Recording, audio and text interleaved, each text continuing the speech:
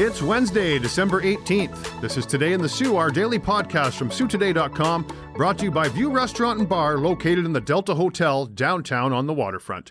Enjoy the food, enjoy the wine, enjoy the view. Download and subscribe wherever you get your favorite podcasts. Drop a comment if you're verified. And, of course, email is always open 24/7 at todayinthesioux@siouxtoday.com.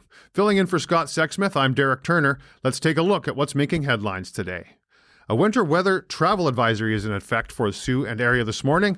Locally, we'll have heavy snowfall with accumulations of 5 to 10 centimeters, poor visibility at times and heavy snow, which will taper to light flurries late this morning or early this afternoon. Surfaces such as highways, roads, walkways, and parking lots may become difficult to navigate due to the accumulating snow. Take extra care when walking or driving in affected areas. If visibility is reduced while driving, turn on your lights and maintain a safe following distance. As reported yesterday, Canada Post employees are back on the job. Operations have resumed after a month-long strike by more than 55,000 postal workers left letters and parcels in limbo. The Canada Industrial Relations Board ordered postal workers back on the job after holding hearings over the weekend to determine whether they were too far apart to reach a deal by the end of 2024.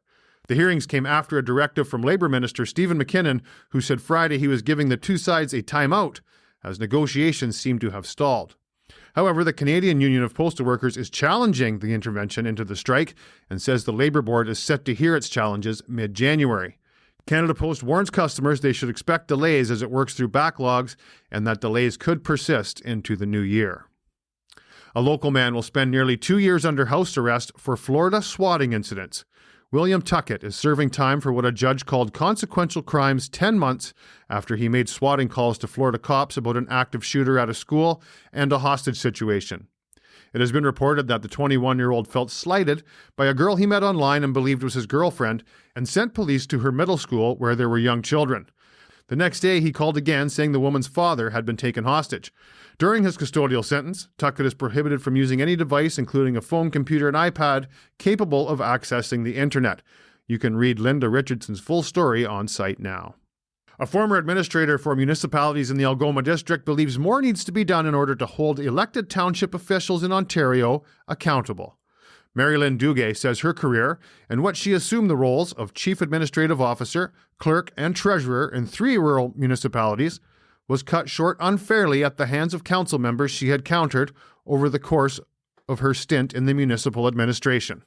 The former clerk, treasurer, and CAO for the townships of Prince and Hilton and the township of the North Shore says that taxpayers' money is being totally wasted with the amount of investigations conducted by the Integrity Commissioners. Last week, the Ontario government introduced the Municipal Accountability Act, a piece of proposed legislation that would establish a new, standardized municipal code of conduct and integrity commissioner framework, if passed. Read the full story by James Hopkin on site now. Sault Ste. Marie's new publisher, Type A Media, is announcing the publication of its second book, an anthology of original poetry, stories, art, and more.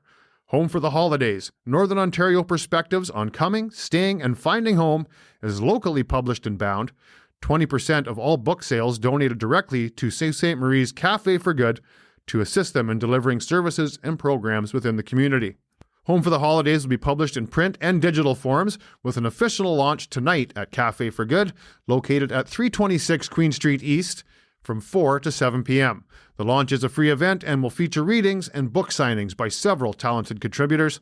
For more about books, visit the Reading Space on Spaces. If reading is your thing, try joining a book club. The James L. McIntyre Centennial Library is hosting 3 book clubs running from February to May. There will be 2 sessions of the Tuesday Book Club, one in the morning and one in the afternoon.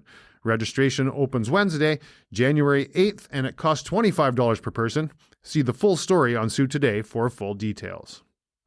In-person and online registration for YMCA winter swimming lessons and child youth programs opens today.